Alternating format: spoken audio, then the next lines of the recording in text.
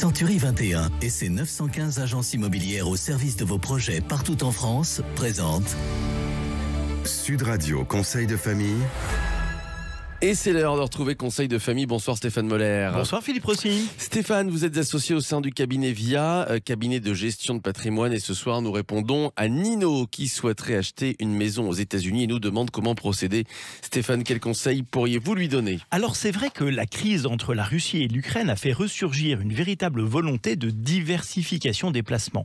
On parle souvent sur cette chaîne des investissements en or, en crypto, mais c'est vrai, nous n'avions jamais parlé d'immobilier à l'étranger et acheter de l'immobilier aux États-Unis est une vraie option de diversification. Ouais, ce n'est tout de même pas très commun. Non, c'est pas commun et ça requiert une attention véritable et la présence indispensable de professionnels aguerris. Mais les placements réalisés outre-Atlantique peuvent s'avérer très intéressants. Alors, quels sont les points d'intérêt ? Eh bien, pour une raison que nous expliquerons dans un instant, la variation des prix de l'immobilier aux États-Unis se fait avec des amplitudes beaucoup plus larges que celles qu'on peut trouver en Europe.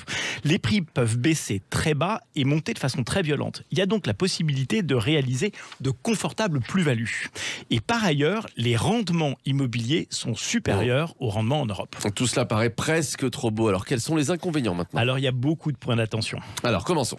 Alors, en premier lieu, c'est la palissade, mais aux États-Unis, les investissements se font en dollars. Donc, une dépréciation du dollar aurait un effet de déprécier votre investissement par rapport à l'euro. Ensuite, et c'est très important, aux États-Unis, le système de crédit est très différent de la France et il faut bien comprendre ce qui va suivre et c'est en plus passionnant. En France, quand on contracte un crédit immobilier, la dette, le crédit, est porté par l'investisseur, c'est-à-dire par vous ou moi. Donc si je revends la maison pour un prix inférieur au crédit restant dû à la banque, je reste redevable de la différence auprès de la banque. Aux États-Unis, le système est différent. Le crédit immobilier est porté par le bien immobilier et pas par son acquéreur. Je peux donc acheter un dollar symbolique, une maison, à laquelle reste attaché le crédit de l'ancien propriétaire.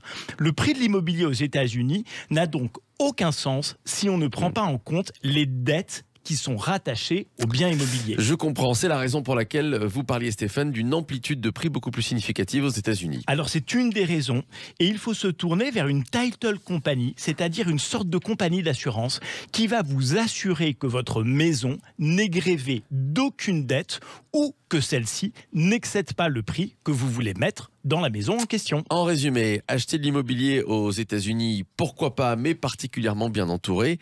Les équipes de VIA sauront-elles vous accompagner ? Alors nous avons effectivement une équipe aux États-Unis susceptible de vous accompagner dans vos démarches d'investisseurs. Eh bien, très bien. Merci Stéphane pour votre éclairage. Conseil de famille à retrouver en podcast sur notre site sudradio.fr. Et comme Romain, vous pouvez adresser vos questions sur le site de Conseil de famille, conseil avec un s-2-famille.com. C'était Sud Radio Conseil de famille. avec Century 21 et ses 915 agences immobilières au service de vos projets partout en France.